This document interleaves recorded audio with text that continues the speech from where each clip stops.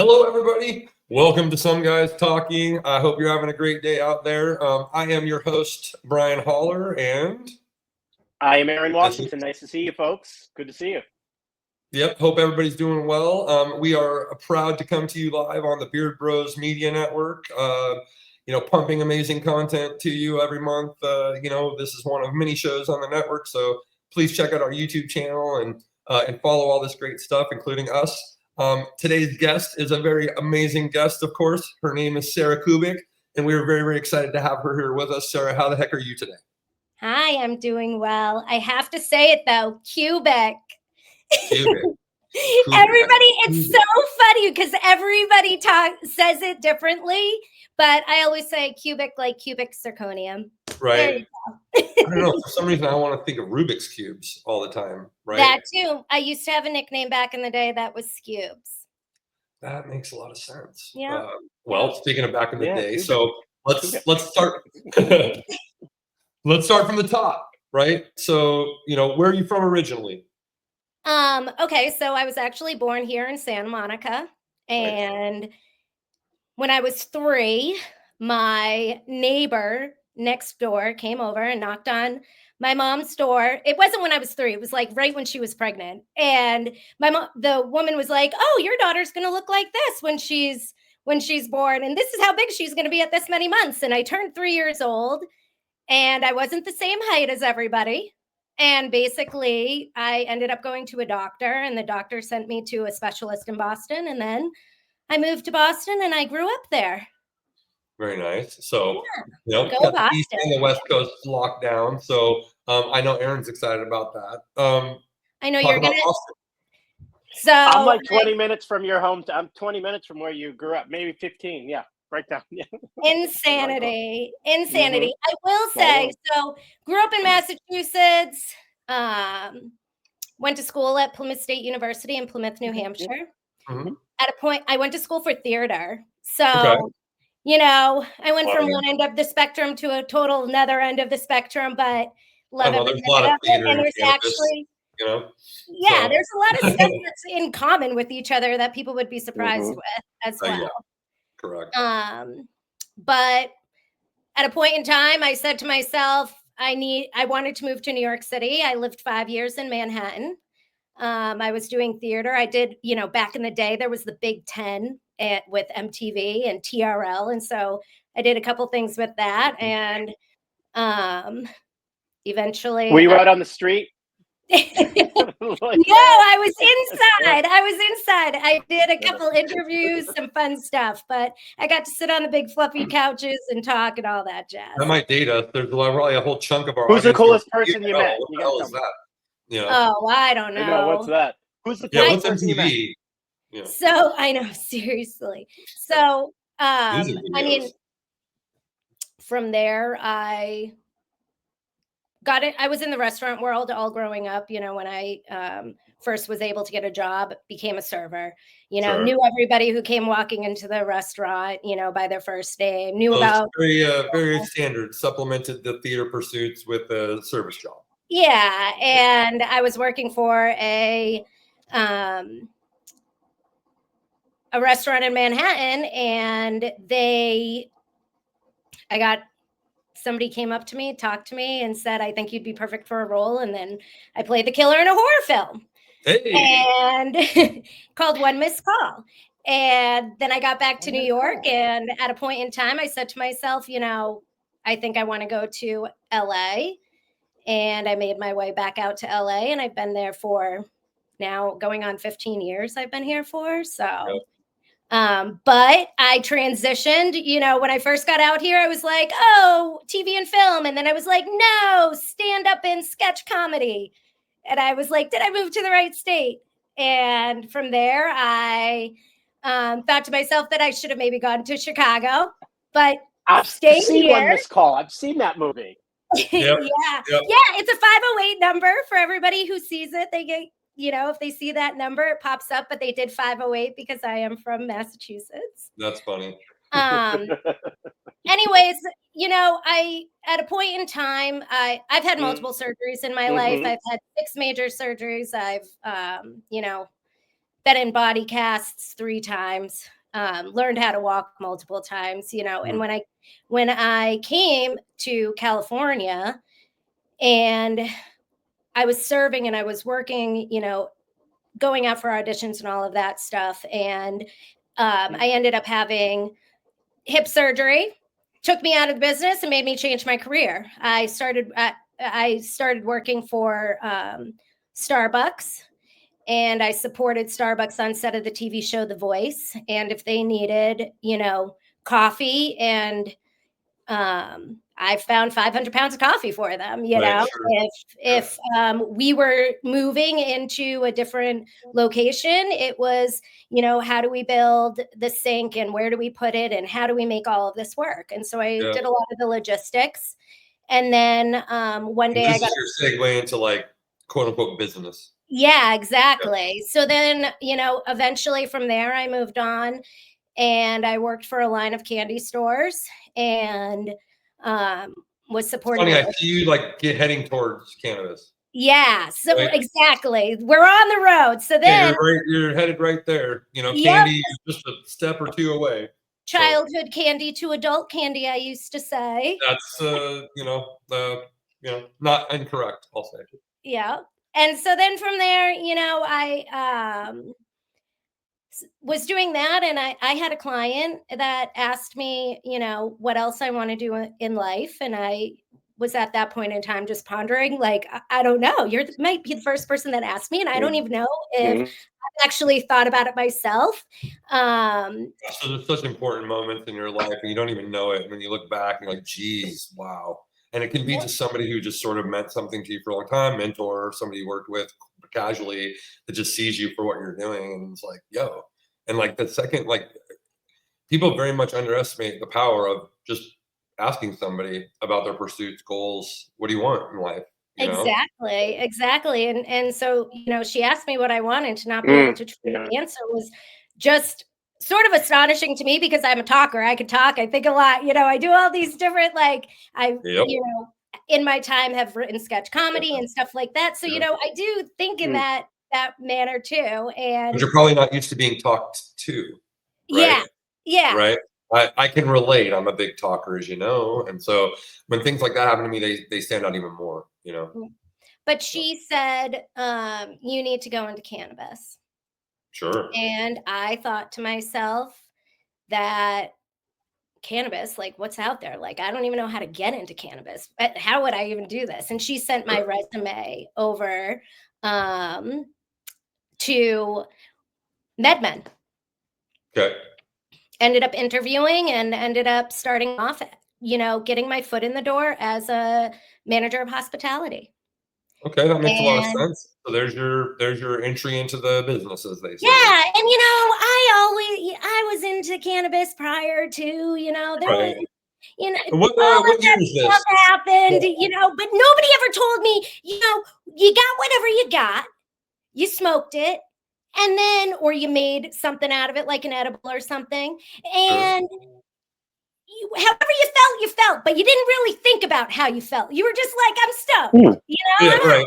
That was how I was when it came to smoking. You know, there would be times that I would say to myself, ooh, I don't know if this one's my, like something the way I like to feel right now, or vice versa. But I never really thought about it. It was just like you're getting stumped. You know, you're getting. Yeah, I mean, I used to had so many surgeries that, like, I used that as medication too. You know, there was a point in time that, you know, I really did think that was the end all be all resort. Well, I can verify that your tolerance is pretty stout. I've enjoyed seshing with you before. It's nice to have people who can hang with you.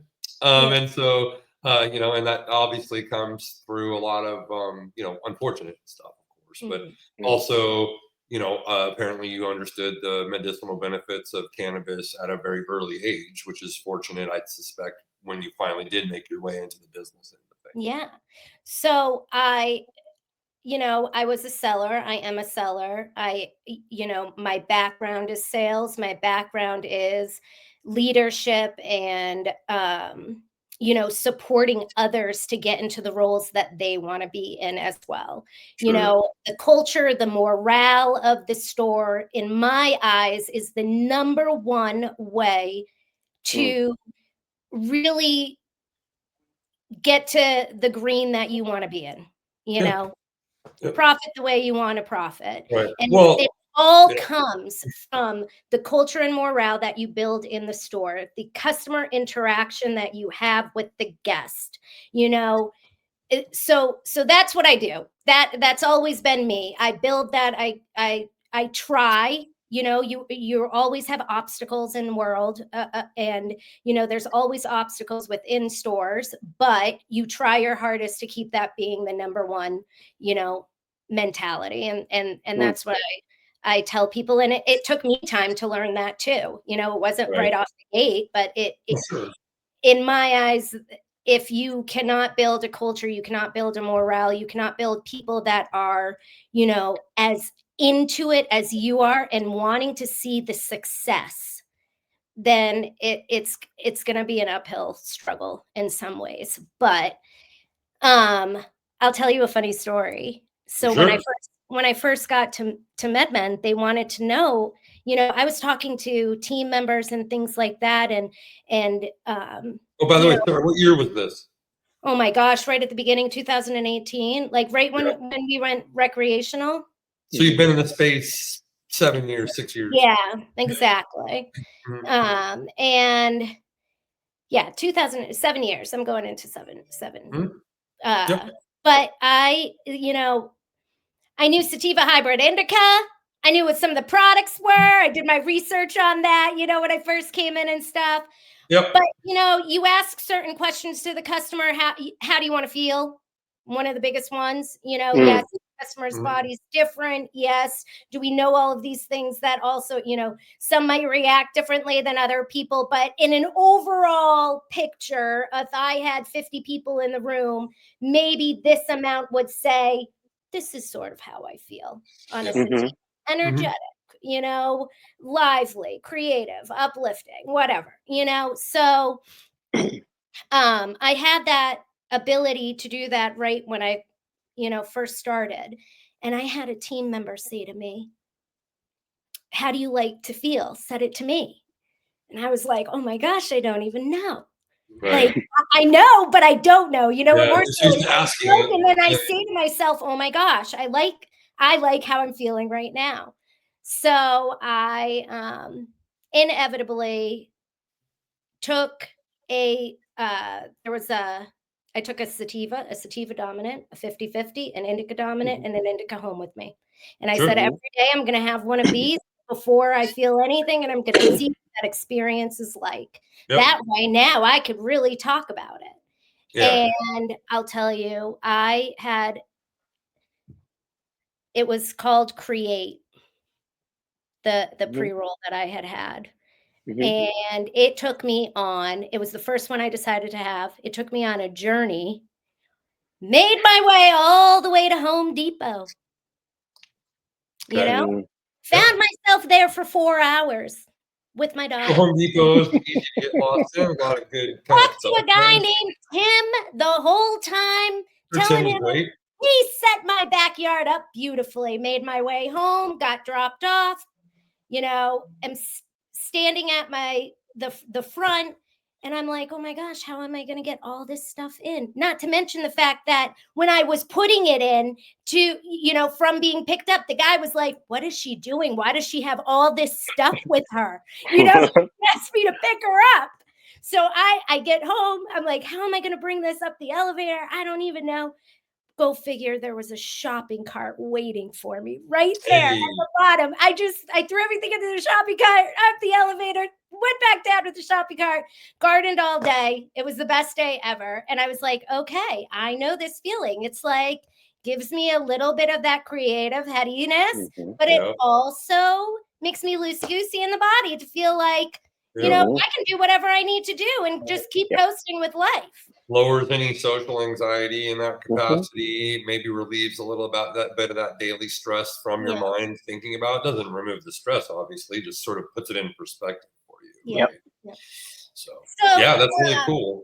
Those are the kind of stories that, that should be told, because that's been mostly my experience with, consuming as well. It's not been, oh, I just get hammered and, sit in the couch and watch movies. Like, that's not, that does happen every now and again, or more than every now and again. But ultimately, there's so many different strains. It affects people's bodies different. There's tolerance levels. There's, to your point, right?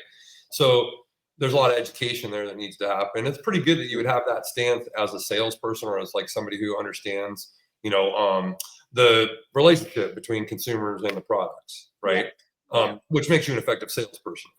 And I think that that's also how it supported me, transitioning into different roles, because, I eventually, so getting away, we did, figured out all of the feelings and all of that stuff. And then you start to train people too, and new people coming into the stores. You want to inevitably keep that experience alive for them. You want to show them Cannabis 101, even if they really already know it. Okay, great. Well, hopefully you learn something new.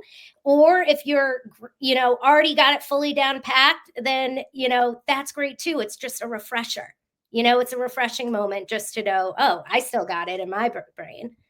I've tried to explain to people, because that's one thing that people don't understand, that, that cannabis allows you, literally, it does everything from an espresso to a sleeping pill.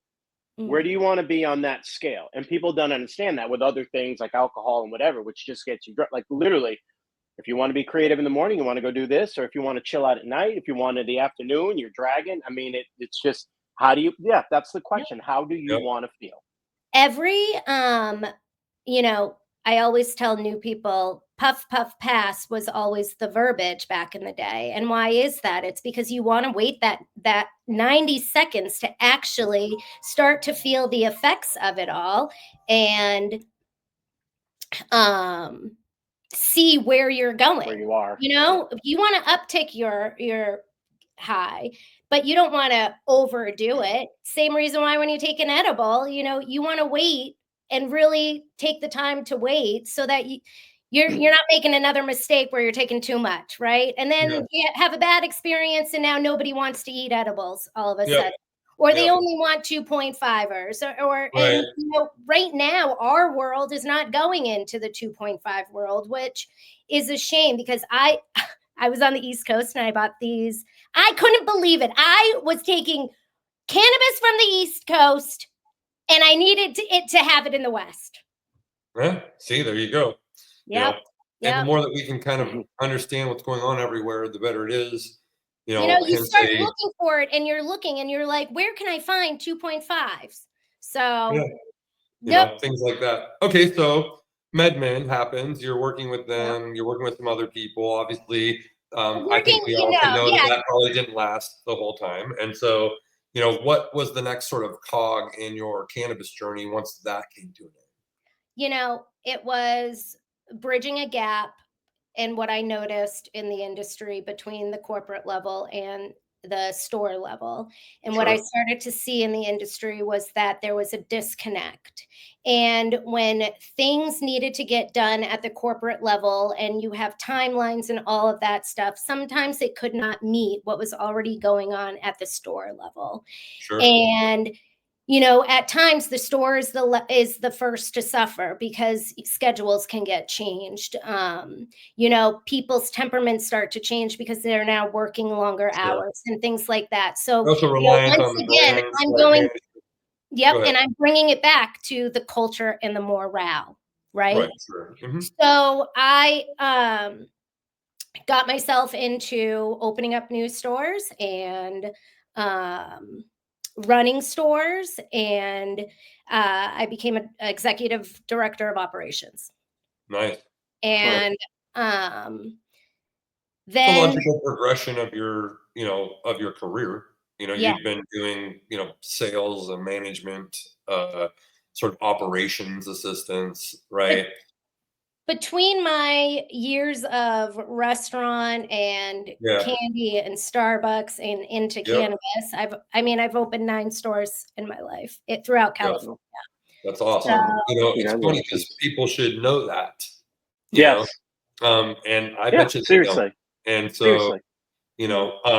and so, hey, everybody, Sarah's, doing things, and has been doing them for a minute. And this also now, like for me, because I know you, that just can, like, now I've connected, like I know what's coming. Because you know what I mean? Like I know enough now from this point on to know how you got to like where we are today, which is kind of cool. But of course, we'll share this with the audience because it's exciting. But okay, so you graduate, shoot, you're a director of operations for large company. Yeah. You end up basically launching or helping launch 9? You said 9 retails? Yep. 9 retail stores between all of my years of every restaurant through. Yeah. And I then said to myself, okay, well, what can be next? Once you really start honing in and you can create the SOPs and you can dial in on, the day-to-day processes that need to get done. And when you can teach and coach and, onboard new people to really want to be a part of it. I was like, what's next from there? And I went on into the brand side of things. Which makes sense because you go from basically, a leader to a builder. Mm-hmm. Right. And you're still leading, but ultimately you're not managing, you're building. You're developing the internal initial structure, Yep. And I'm trying to fully understand and grasp what's going on and try and understand, especially in the California world, why is there this struggle that's happening? Why is there this path that we are going down?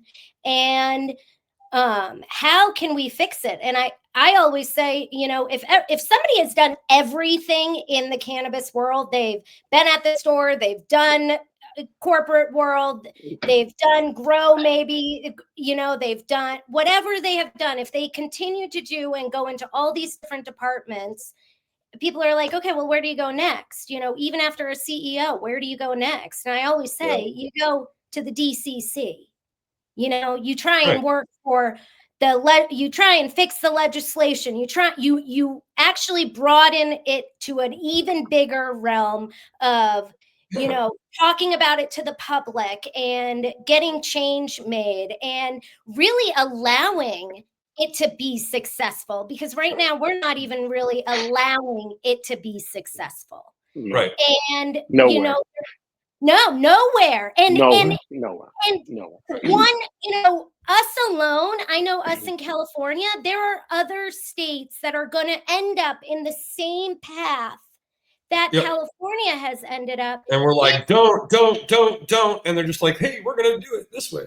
I know. So how do you change that? How do you talk about it? How do you, actually get the word out? So I went on to the brand side. I started learning about what the brand side was and manufacturing and distribution and all of those different things and putting these pieces together. And I became a consultant in that meantime as well with my own company, to really try and hone in and want to support people.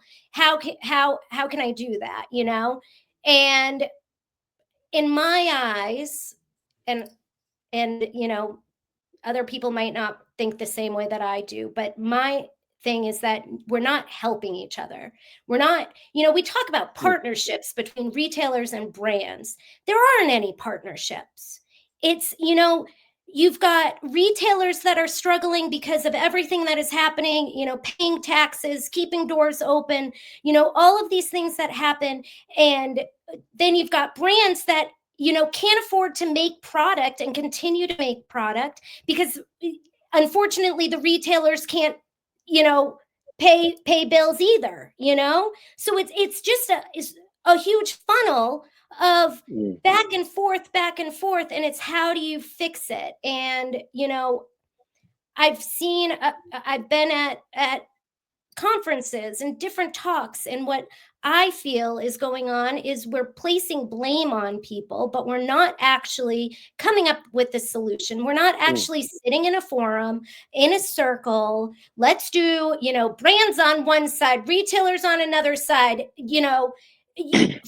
flower and grow here, manufacturing here.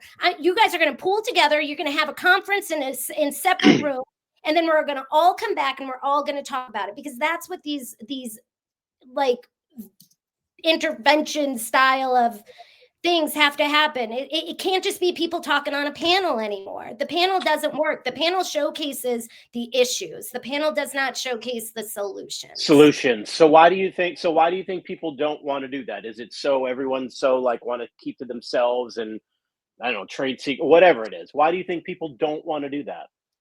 Because there is more power in collaboration, and I don't see why people don't see that. Instead of fighting each other, go to the same direction. But 100%. So like, back in the day, I would say, why don't people want to do that is yes, because it was a brand new industry and people came from all over the place. They came from shoe stores. They came from clothing lines. Nobody was in cannabis except for the people that were growing it illegally, doing things on the back end side of things, all that jazz.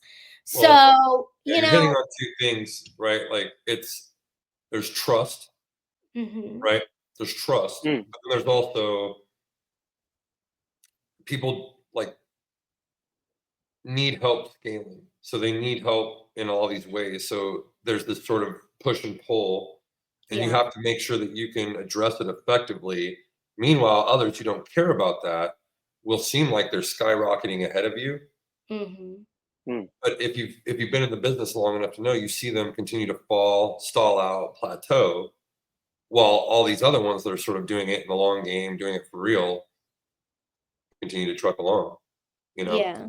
And now we're in a position, to your point, where collaboration can be a very effective way to compete.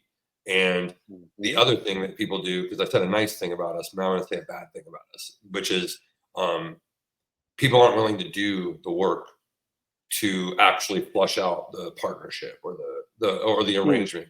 They're lazy. And then of course there's have a whole layer of people who are always trying to, one up or trying to get over on you in the contract, right? Instead of just being transparent and like, hey, we're doing this percentage seems good. We can have a caveat in the contract that we can address this every 90 days, every 60 days. And if there's a difference, we'll negotiate it then, we'll update the contract and we'll go, right?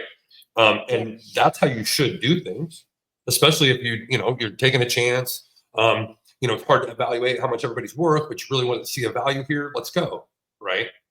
And everybody should be able to go, and if they can't, then, you probably need to re-examine this. Can I add one thing? Because it's a word that's been just running through my head for the last couple months. And it's just like, there's so much hubris in the world. And whether it's they're doing it in business and they think that they have it figured out and they don't want anyone else to come in. But a lot of it is hubris too, that you think that you can do it all yourself and you don't want to bring anyone else in. And if you think like everything and you can't benefit from anyone else's input, good luck.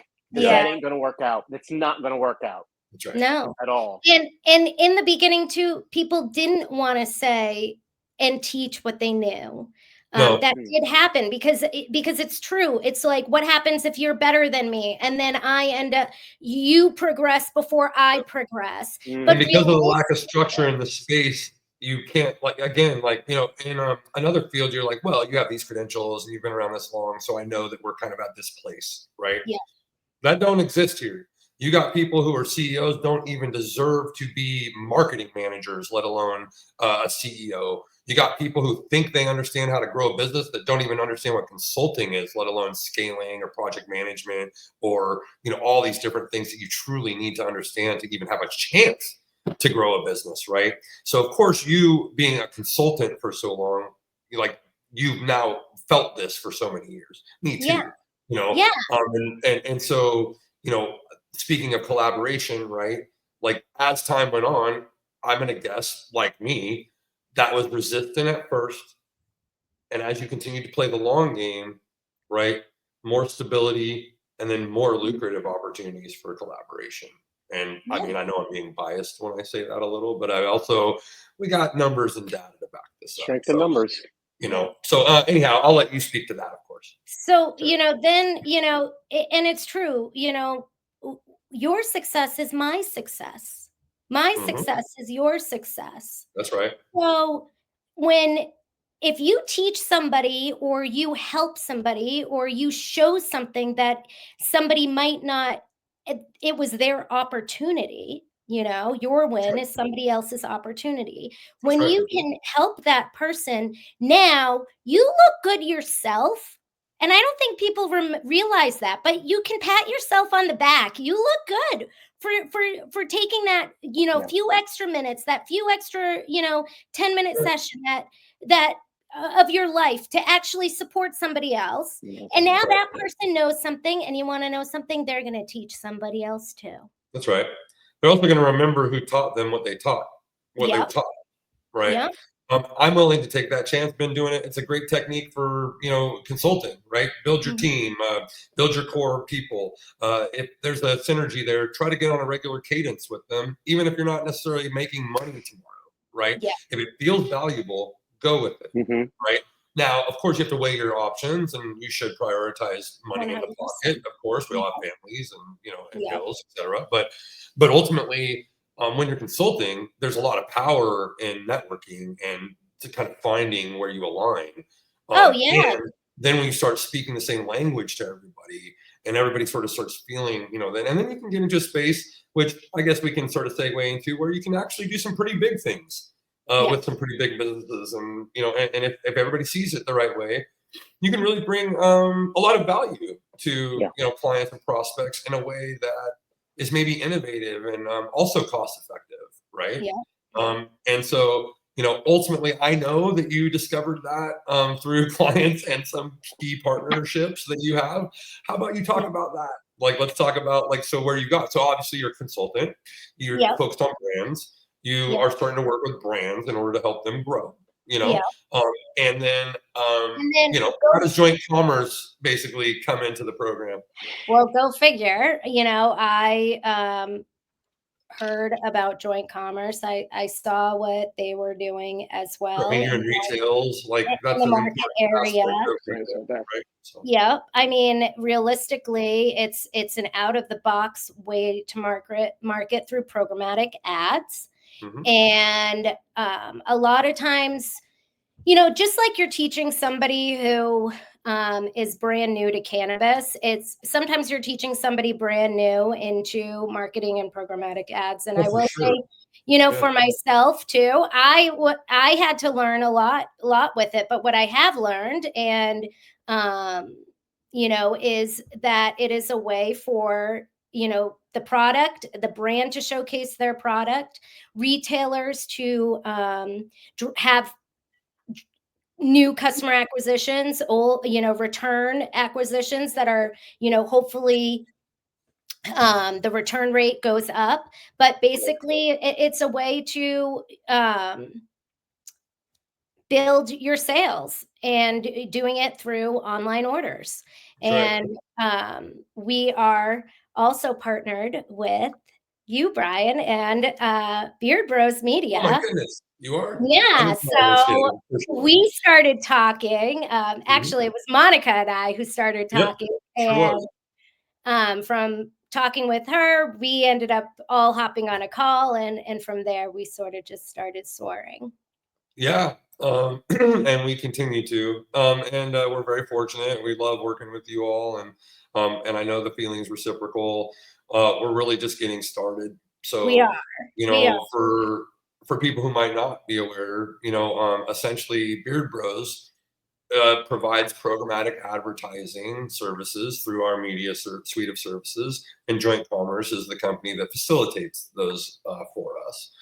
It's also a great relationship because, as Sarah's alluding to, they talk to retailers, brands, manufacturers quite a lot, because those are usually who have the most stake in putting together an advertising budget for these things. And go ahead. Yeah. Truth be told, in the cannabis space right now, marketing is one of the number one things to go first when a people should really rethink that, especially when it directly leads to sales. Yes, they should. Exactly. And Sarah, please say that again. Please repeat that again. Marketing is normally the first to go, and it needs to be the last. There has to be other ways. Yep. Yeah, let's Because take you're away the things that drive sales. revenue to us right away first. Let's do Yep. that. And you're also showcasing who you are. You Mhm. know, those Yep. ads tell a story. So, you know, So do your for assets, so do somebody, your whole basically campaign, all the different channels you can be seen on. Like it's very and think important. about how the partnership between a brand and a retailer can be. Correct. I am driving traffic to your store, and in return, my product hopefully is going to, sell through faster. We're going to build larger invoices. We're going to make sure that you're a staple and needed in the store. And That's now right. you've got a partnership that's formulating. And it's not just the quote unquote partnership, it's you're making it happen together, Um, and that's where it starts. That's where we need to start. I don't have all the solutions, and I would want to really do something that would be fun where everybody can get together and communicate and talk with each other and then come up with solutions and ideas together. And I don't have them all, but I do think that I am an outside of the box thinker. I do think that I want to hear what people have to say, and I love collaborating. It's one of my biggest things, Yep. collaboration, morale, culture. I'll never stop saying certain things. No. Sure. No. Yeah. But realistically speaking, you have to find that way. You have to find that path. Yep. Some people have been hurt through call outs. Sometimes you can call out and you can have that voice and you're being looked at negatively. And it's like, no, I'm trying to fix something. You never want to see a flat line. You want that up and down dip, because now you know exactly what's working and what's not working. Right. Yeah. And you're taking those opportunities and making them the win. But programmatic ads, definitely something that people should, think about. I'm here if you want to talk about it. Brian's here if you want to talk about it, like 100%. Yeah, I mean, it is the a way to benefit drive traffic. It's a way to build your invoices up. It's a way for, customers, maybe they only come in once a month. Now they're coming in twice a month. That's right. And we can track that in ways that, are very conducive to your growth, that can prove that your money is being spent wisely and that it is translating into dollars. We've always been focused to that as an org too. Like, hey, here's regular reporting on the engagement that your, assets that we created with you or for you perform, right? So you add what we can already do, plus like this whole sort of event thing, and we're the Beard Bros, and there's this cool product line stuff. But truly, like the media services are so well-rounded now with joint commerce, and and our friends Sean and Sarah and Highly Buzz and Justin, and now we have ourselves a true at least the ability to become an enterprise level media company. Combined. We do, and we can go as fast as we can. We can grow as much as we can, and we can provide value to anybody across the nation, and up and down the supply chain. Certainly, for this conversation, if you're a retail outlet of any kind, whether you have one retail or 100, we can work with you. If you're a brand that is trying to get into as many retails as you can, this is a way that you can entice them and you to do it. Enhance your current relationships, right? 100%. Provide like the knowledge that this is something that you need to do. And if you're nervous about everybody not having the right team, which we understand, overhead's a thing, it is difficult to put together marketing teams, to have it in-house. This is why we exist. We can plug in like glue to whatever you don't have, and you can trust that we're going to be able to grow your company in the right way. And you're going to have transparent communication, reporting. You're going to sign off on things. You're going to own the data. You're going to own the assets. And we're going to help you understand how to grow. Not just because we want to upsell you. It's because we understand that that's how you bring the best value to what we're trying to do for people. And if we do that in a transparent, or as transparent as you can be, way, right? That it's price effective, right? It's cost effective. You can do a lot if you combine resources. What retailer wants to pay 17 different vendors? Yeah. Tell me which one wants that. it also, you end up spending more money. Yeah. You just do. And then, of course, we also work in an immature market where there looks like there's competitors, but they don't do the same things. Yeah. Or they don't actually give you the extra value. This one's cheaper, though, so it must be the expensive one. No, it's often not. And you have to examine things in our world in a very different way, than you might have to in a very predictable market or industry, right? So it is important, to your point, Sarah, that education and consulting is a strong value add, no matter what kind of business you have in the space. Yeah, yeah. And you can't just think, oh, this is good, and know that there's a couple more things out there and not look into those too. Like, especially now is the biggest moment. Take a breath, exactly. Yeah. Take a breath and vet, right? Exactly. And you have to be able to,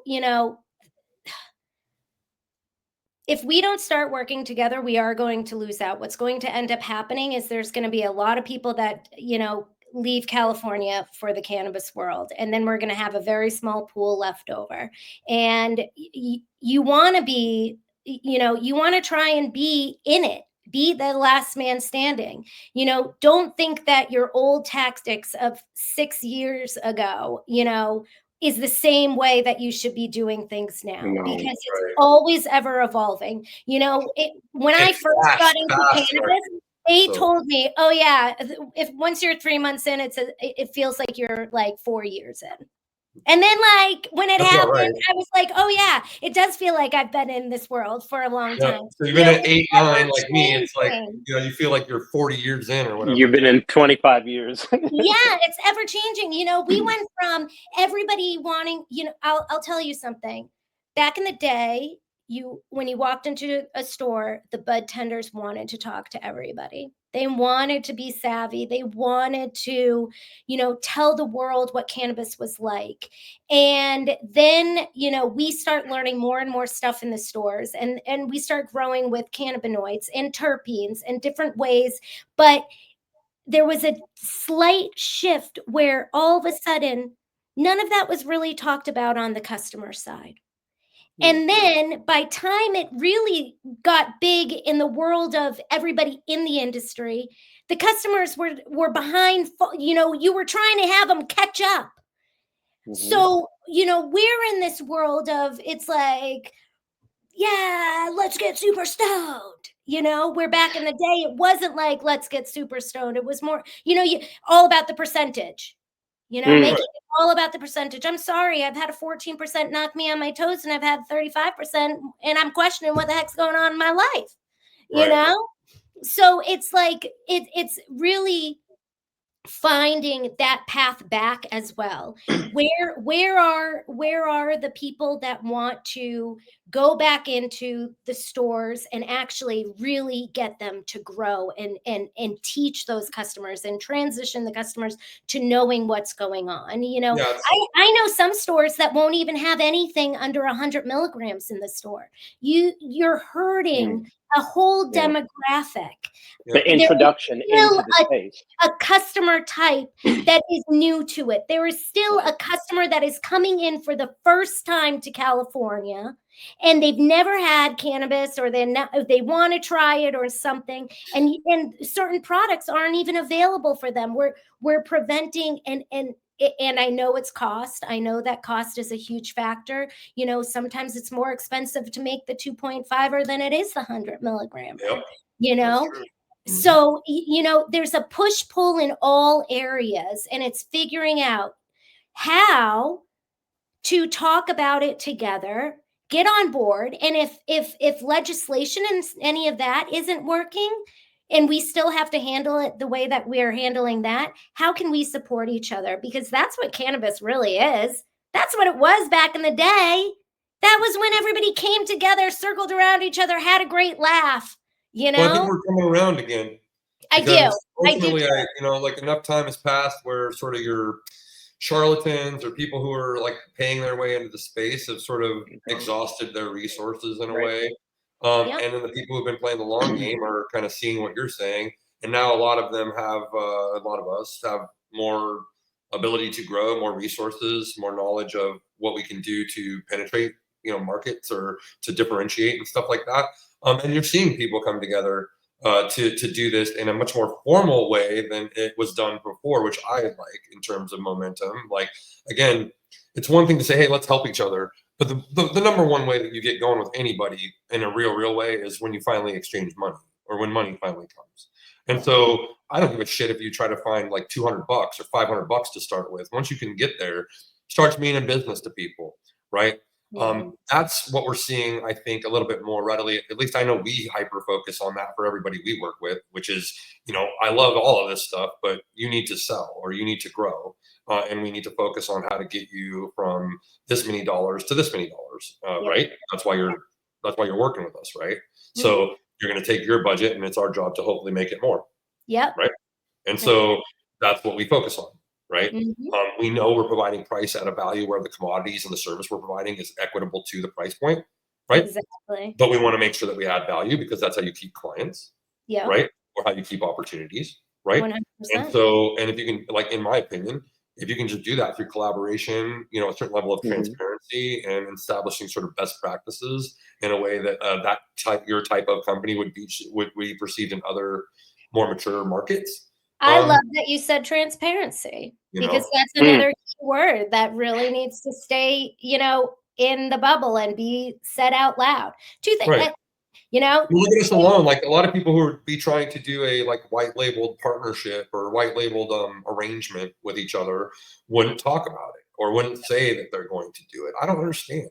Like, it's not as if you think that we just built a programmatic ad firm in 3 months. No, we didn't. We really like joint commerce. They see a value in offering us offering their services through us. As a result, when they do their outreach or with their current clients, they now have comfortability that they can actually cross-sell or introduce to us opportunities to do that, because we respect how each other work and we know how each other can work. Right. And there's honestly a lucrative opportunity for us all there. So let's not be naive. Of course, we're not just doing this because we like each other. We're doing it because we see an opportunity to grow and to help people and to earn money. That's what you're supposed to do. And so this is the way, in my opinion, just like yours and Aaron's, I feel like this is the way that you can do it now to great effect. And so, it can produce lots of results. Efficacy? I don't know. Efficacy is like medicine, or like. We all know what you're meaning. We know what you're trying to say. I'm a former English teacher, so I have master's degrees. I should know words. Anyways, but the point is, yes, the theme of this call obviously is, if you can basically play the long game, if you can understand your kind of who you are, where you are, if you can align your sort of ethos to other people who have similar ones, and really focus on, the combination of, I'll say, good vibes and we got to make money. Yeah. And if you can kind of stay there and still respect the plant, the culture, the history, I think you've got a chance to do whatever the hell you want. It doesn't mean that you can't be a recreational brand that's, let's get high and let's do it. There's plenty of place for that, and that 100% needs to be there. So, but there is a wide gambit of opportunities you have as a brand or a business to sort of position yourself in a unique way, especially because cannabis is really hemp, is really wellness, is really plant medicine, is really also adjacent to things like psychedelics and media and entertainment. And there's so many different angles you could take to create your niche, but still respect sort of best practices going on with other, brands or other manufacturers or other growers or other, and you should share those things, right? Because it's not killing you. Because I mean, we're talking about growers and like geneticists. That's different. There's proprietary stuff going on. They have to play with how things work. It does matter to them that they keep it private and the IP is protected. However, best practices with regards to just business growth, with regards to just, what do you need to do to make sure that you have an infrastructure for your business able to be grown? I do not get why people are not sharing that with folks. Yeah. Like, we need to help each other out. There's when I was opening up stores in NorCal world, and I wanted to bring in a couple SoCal brands that I was, from opening up stores in SoCal. You think the same thing, you want to have the product in all areas of California. You don't just want to be known in one specific area. You want to get your name out to everywhere in California. And you want to build partnerships, because there is sometimes the NorCal versus the SoCal world. Our flower is better than your flower and yada, yada. But instead, it's like, find people with the same values. Find people who, are really in it and said, hey, I like your product too. Why don't you hop on my bandwagon and I'm going to hop on your bandwagon. And you're going to, let's promote each other. And now you find out that they're both, both brands are doing well. And now you've turned one successful brand into two successful brands. That's right. Ultimately, to put a pin on it, if you need help doing that, you should reach out to Sarah or myself, or anybody that works with Joint Commerce or Beard Bros, and ask them about these things. We're happy to talk to you about it. And there's many copious amounts of information and content available to you. Sarah, I very much enjoyed this conversation. We could probably talk for days and days and days, but it's probably time to wrap up. So before we cut off, let's make sure everybody knows where they can kind of get a hold of you and what your sort of primary avenues of growth are right now. I'm based in the LA area, but honest to gosh, I am open. I do research everywhere, across the country. So if anybody needs support in brands and or opening up stores, or trying to see what's going on with your store and how can you be better than you already are, I'm here to support, and please contact me, because I'd love even just a talk with you. That's right. And if you need anything in marketing for programmatic ads, I'm always here too. But you could see me on LinkedIn, and then I don't know, do you want me to just SJK Consult? Plug away. At gmail.com. And that's Biz with a Z, which I realized probably wasn't the best decision, because people are always questioning Z. Yes, they are. Yes, it's me. And certainly for anybody, programmatic advertising is a really big buzzword. And you can contact reach out to us, and we're happy to explain things to you and get you kind of geared up so that you can understand what you should expect. We're happy to help if you choose to, but otherwise we're happy to also just explain what you should be looking for too. Sarah's very good at that. Sarah at jointcommerce.com as well, if you're looking into the programmatic ad world. So and so feel free to hit Sarah up and LinkedIn, IG, Joint Commerce, Beard Bros. You can hit us up everywhere. Make sure to follow us on all the things, and stay tuned to these shows. Make sure to follow Aaron Washington on LinkedIn, IG. Back to that marketing point Sarah said.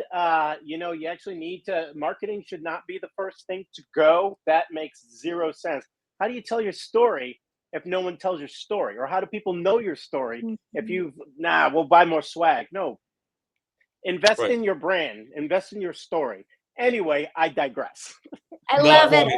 I love it. Yes, that's the big CTA today is how do you grow and sell your products and services if you don't actually grow and sell your products and services? So I get ops and I get overhead and we get all sorts of things, but if the desired result is to put money in the coffer every month, the two things that do it the best, well, three, I'll throw biz dev in there too, but marketing and sales. So I don't, y'all need to readjust. If you want to talk about how to readjust your buckets to do this accordingly, I'm pretty damn good at it. So you go ahead and reach out to me and I'll help you. And I'll give you 30 minutes of time for free. So anyhow, you come hit me up, you hit Beard Bros up, you hit Aaron Washington up, you hit Sarah Kubik up. Absolutely. And we can help you. So can our teams and the people that we work with. So we look forward to hearing from you. Sarah, thank you so much for being on our show. We really appreciate you. Thanks again. Take care, everybody. Thank you.